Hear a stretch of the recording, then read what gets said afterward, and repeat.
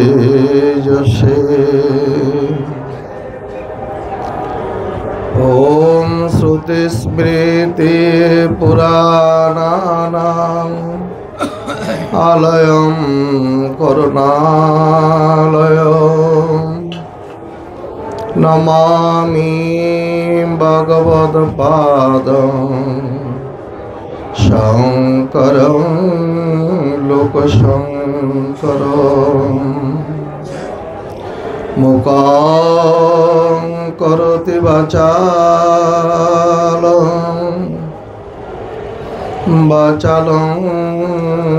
स्तब्धभाषितं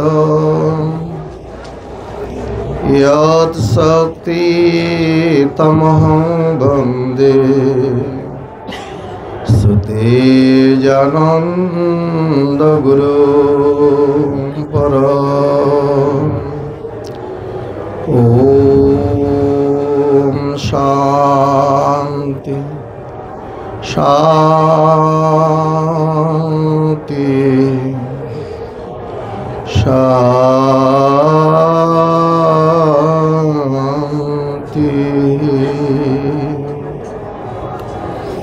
जय गुरु।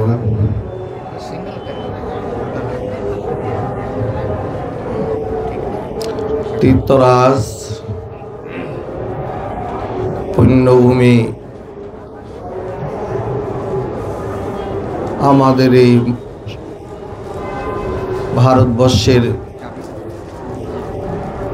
প্রয়াগ তীর্থভূমিতে মহাকুম্ভ চলমান পর্বে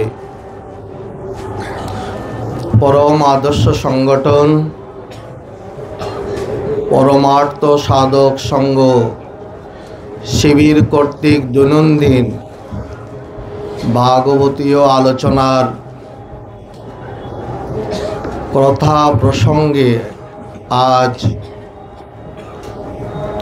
প্রথমেই কোটি কোটি প্রণাম নিবেদন করি অত্র সংস্থার সংস্থাপক পরম পূজনীয় পাতস্মরণীয় বন্দনীয় মহামণ্ডলেশ্বর ব্রহ্মলীন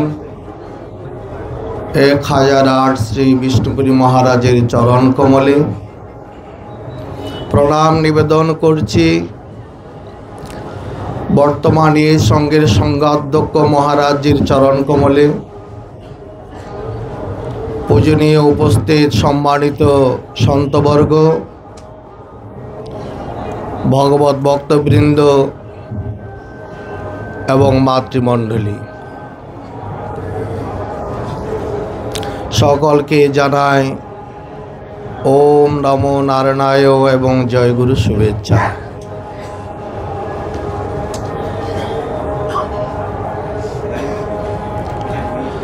আজ আমরা পরমার্থ সাধক সংঘ শিবিরে অবস্থান করছি। আপনারা সবাই এসেছেন অমৃত কুম্ভে পুণ্য লাভের আশায় কিংবা অমৃত লাভের আশায়। এই সংগঠনে এসে আমরা যে ভালোবাসা স্নেহ আদর সম্মান সহানুভূতি প্রাপ্ত হয়েছি, আমি তার জন্য মুহুর্মুহু কৃতজ্ঞতা প্রকাশ করছি। এই সংঘ শিবির আয়োজক এবং উদ্যোক্তাদের নিকট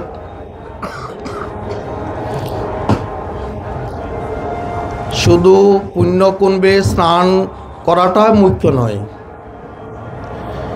এই যে পুণ্যকুম্ভে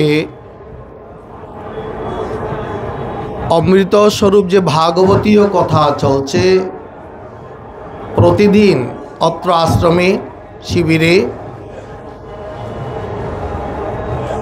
স্বামীজির সকালবেলা ব্রহ্ম জিজ্ঞাসার প্রবচন, সান্ধ্যকালীন গীতা প্রবচন, বিভিন্ন সময়ে সাধু মহাত্মাদের দর্শন, তাহাদের কথা শ্রবণ, এগুলো দ্বারা আমাদের মন প্রাণ ভাগবতী চেতনায় উদ্বেলিত এবং অনুপ্রাণিত হয়। এখান থেকে আমাদের অনেক কিছু শিখার বিষয় আছে, জানার বিষয় আছে। আপনারা অনেক কষ্ট করে এখানে এসেছেন, এটা একটা তপস্যা, এটা ভক্তিরও একটা রূপ। ভগবানকে পূজা করা, অর্চনা করা, আরাধনা করা, তীর্থ ভ্রমণ করা, তীর্থ স্নান করা যেমন একটা ভক্তির রূপ, একটু উচ্চাঙ্গের ভক্তি সংজ্ঞা দিয়েছেন আমাদের পরমারাধ্য পাদস্মরণীয় শঙ্কর অবতার আদি শঙ্করাচার্য বিবেক চূড়ামণি গ্রন্থে। ভক্তির স্বরূপটা হচ্ছে অমৃত। সে অমৃত কিভাবে আমরা প্রাপ্ত হব সেই দিকেই লক্ষ্য রেখে আচার্যদেবের এই উক্তি, মোক্ষ কারণ সামগ্রম ভক্তিরেব গরীয়সী স্বস্বরূপ অনুসন্ধান ভক্তিরিত্য বিধীয়তে। যে ভক্তি আমরা নিত্য প্রতিনিয়ত পূজা পাঠাদির মাধ্যমে ভগবানের কাছে নিবেদন করছি, সেটাকে এই পর্যায়ে আনতে হবে, অর্থাৎ আমাদের ভক্তি ভাবটাকে আরো এগিয়ে নিতে হবে। সে কথাগুলোই অত্র শিবিরের মধ্যে আলোচনা হচ্ছে। অর্থাৎ এই দুর্লভ মানব জীবনের একমাত্র লক্ষ্য মোক্ষলাভ বা মুক্তিলাভ বা আত্মানুভূতি। তা আচার্যদেব বলেছেন এই মুক্তিলাভের যতগুলো কারণ আছে, স্বরূপ অনুসন্ধানাত্মিকা ভক্তি হচ্ছে গরীয়সী শ্রেষ্ঠ। এই ভক্তি লাভের মাধ্যমে লাভ হবে অমৃত। যে অমৃত কুম্ভে আমরা অমৃত প্রাপ্তির আশায় এসেছি, এই অমৃত প্রাপ্ত করাই মানব জীবনের লক্ষ্য এবং উদ্দেশ্য, একমাত্র লক্ষ্য। মানব জীবনের অন্য কোনো লক্ষ্য থাকতে পারে না ইহা ব্যতীত। ইহা ব্যতীত আত্মান্তিক দুঃখের নিবৃত্তিও হয় না। তা এই স্বরূপ অনুসন্ধানাত্মিকা বৃত্তি বা ভক্তির দ্বারাই আমাদের স্বরূপকে জানতে হবে। গীতা তো ভগবান বলেছেন ভক্তা মাম অভিজানাতি, ভক্তা তো অন্যস্য অহম এবং বিদর্জন জ্ঞাতুং দ্রষ্টুঞ্চ তত্ত্বেন প্রবেষ্টুঞ্চ পরন্তপ। ওই ভক্তির কথাই বলেছেন। এই পরাভক্তির দ্বারা, আধ্যাত্মিক ভক্তির দ্বারা, ঐকান্তিক ভক্তির দ্বারা, অব্যভিচারিণী ভক্তির দ্বারা স্বরূপ লাভ বা স্বরূপ অনুভব করা যায়। পূজা পাঠ যেমন ভগবানের আরাধনা বা ভক্তি, শাস্ত্রমুখে বা মহাত্মাদের মুখ থেকে নিজের স্বরূপ সম্বন্ধে জেনে তা শ্রবণ মনন নিদিধ্যাসনের মাধ্যমে আত্মস্বরূপ উপলব্ধিটি হচ্ছেন উচ্চতম ভক্তি। এই ভক্তি লাভের জন্য, এই ভক্তির পথ নির্দেশিকা পাওয়ার জন্য কিন্তু আমরা পুণ্যজলে স্নানের সঙ্গে এই কথাগুলো জানার জন্য অমৃত কুম্ভে এসেছি, যাহা প্রতিনিয়ত অত্র শিবির থেকে স্বামীজি বৃন্দরা আমাদেরকে শোনাচ্ছেন। এই ভক্তির প্রতি আমাদের আগ্রহ কেন হয় না? এই ভক্তির পথে কাটা কি, বাধা কি? মহাত্মারা শুনিয়েছেন কয়েকটি কথা। এই কথাগুলো যদি আমরা এই অমৃত কুম্ভে এসে গ্রহণ করে নিজের জীবনে রূপায়িত করতে পারি, নিশ্চয় আমাদের জীবনে এই মহাকুম্ভে আসার ফলটা সার্থক হবে। ওই একান্তিক ভক্তি লাভের পথে যে প্রথম বাধা, তা হলো অত্যাহার ও অনাবশ্যক আহার। তাই মহাত্মারা বলছেন এই উচ্চতর ভক্তি লাভের জন্য, মানব জীবন সার্থক করার জন্য, অমৃত প্রাপ্তির জন্য 10টি জিনিস বর্জনীয়। আহারের মধ্যে কথাগুলো পড়ে: মদ্য, মাংস, মৎস্য, গালি, শপথ, পরনিন্দা, পরনারী, ইচ্ছা, দেশ এবং রাগ, দেশ, ঈর্ষা এবং বিদ্বেষ, এই 10টি। এগুলো জীবনের মধ্যে থাকলে ভক্তির চূড়ান্ত রূপে প্রবেশ করা কঠিন হয়ে যাবে। দ্বিতীয় বাধা যেটি, সেটি হলো প্রায়শ। এটার অর্থ করেছেন মহাত্মারা, সংসারের কুটিনাটি অনিত্য বিষয়ের প্রতি আমাদের যে যত্ন, শুধু এটার মধ্যেই পড়ে থাকে। জীবনের 16 আনা এটাতেই পড়ে থাকে মন। এই প্রায়শ কথার অর্থ দিয়েছেন অনিত্য বিষয়ের প্রতি প্রতিনিয়ত যত্নমানের মধ্যে মনটাকে রেখে দেওয়া। 3 নম্বর যে কথাটি বলেছেন প্রজল্প,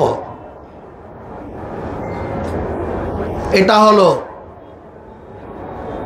অপ্রয়োজনীয় কথাবার্তা বলা বা বিষয়ের কথাবার্তা বলে মনটাকে ওইদিকে রাখা। মহাপ্রভু সেই জন্য বলেছেন, আন কথা না বলিবে, আন কথা না শুনিবে, ভালো না খাইবে, ভালো না পড়িবে, জিব্বার লালসাই ইতু উতি দায়, শিষ্ণুদর পরায়ণ কৃষ্ণ নাই পায়। অযাচিত বাক্যালাপে প্রজ্ঞা হরে যায়। অপ্রয়োজনীয় কথাবার্তাতে মন নষ্ট হয়, বুদ্ধি নষ্ট হয়, স্মৃতি নষ্ট হয়ে যায়। এরপরে যে বাধা, এটা হলো সংগ্রহ। আমরা অনিত্য বস্তু লাভের জন্য প্রতিনিয়ত দৌড়াচ্ছি, ঘোড়ার মতো জীবন পাত করছি। যে দ্রব্যগুলো সংগ্রহের জন্য প্রতিনিয়ত আমরা দৌড়াচ্ছি, জীবনের মূল্যবান সময় নষ্ট করে দিচ্ছি, সেগুলো কোনোটিও আমাদের সঙ্গে যাবে না। তারপর যে কথাটি বলেছেন সেটা হলো জনসঙ্গ। গীতার মধ্যে 13 অধ্যায়ে এত কথাগুলো আছে। লোক সঙ্গ, বিষয়ের সঙ্গ করা। মন বিষয়ের সঙ্গ করলে বিষাক্ত হয়ে যায়, শুধু ওই কথাবার্তাতেই মন পড়ে থাকে, তাতে মানব জীবনের পতন হয়। তারপর শেষে যে কথাটি বলল সেটা হলো লালসা, সকল প্রকার এসনা। এগুলো ভক্তিপথের বাধা। এই বাধা অতিক্রম করার জন্য আমাদেরকে প্রতিনিয়ত ভজনে মনোনিবেশ করতে হবে। প্রতিনিয়ত গুরুদত্ত আত্মকর্ম, সন্ধ্যা, উপাসনা, প্রার্থনা করতে হবে। ভগবানের প্রতি অপূর্ণ শ্রদ্ধা এবং বিশ্বাস রেখে নিজেকে নিবেদন করার চেষ্টা করতে হবে। ভগবানের বিধানকে মেনে নিয়ে সর্বদা সন্তুষ্ট থাকতে হবে।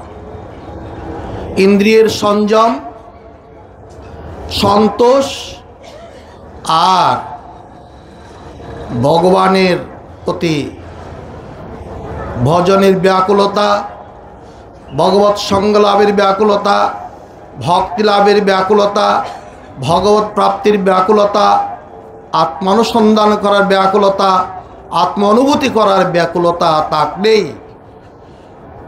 মনের মধ্যে বিবেক জাগ্রত হবে, সত্য মিথ্যা বুঝতে পারবে এবং জীবনকে সঠিক অমৃতের পথে এগিয়ে নিয়ে যেতে পারবেন। সকলের প্রতি অনুরোধ, আপনারা অনেক কষ্ট করে এখানে এসেছেন, তার জন্য আপনাদের সবাইকে সাধুবাদ, ধন্যবাদ, অভিনন্দন জানাচ্ছি এবং আপনাদের জীবনকে সঠিকভাবে উপলব্ধি করার জন্য যে কথাগুলো মহাত্মারা প্রতিনিয়ত এখানে বলেছেন, আমাদের ভক্তিকে উচ্চ পর্যায়ের ভক্তিতে রূপান্তরিত করার জন্য যদি একটু চেষ্টিত হন, এই ভক্তি লাভের পথে বাধাগুলো যদি একটা একটি ত্যাগ করে নিয়ত সৎসঙ্গ, সন্ধ্যা উপাসনা, গীতা পাঠে মনোনিবেশ করেন, নিশ্চয় আমরা এই জীবনে অমৃতস্বরূপ প্রাপ্ত করে জীবনকে ধন্য করতে পারব। আমি পরিশেষে পরমার্থ সাধক সংঘ শিবিরের উদ্যোক্তা স্বামীজি মহারাজদেরকে পুনঃ পুনঃ কৃতজ্ঞতা জানিয়ে তাহাদের ভালোবাসা, স্নেহ, আদর কৃতজ্ঞতাপূর্বক পুনঃ পুনঃ স্মরণ করে ভালোবাসার বন্ধনে আবদ্ধ রাখার জন্য পুনঃ প্রণাম জানিয়ে সকলকে ওম নমো নারায়ণ জানিয়ে কথা বিশ্রাম দিচ্ছে গুরুপাদ পদ্মে। ওম পূর্ণমদঃ পূর্ণমিদং পূর্ণাৎ পূর্ণমুদচ্যতে পূর্ণস্য পূর্ণমাদায় পূর্ণমেবাবশিষ্যতে। ওম শান্তি শান্তি শান্তি। জয় গুরু।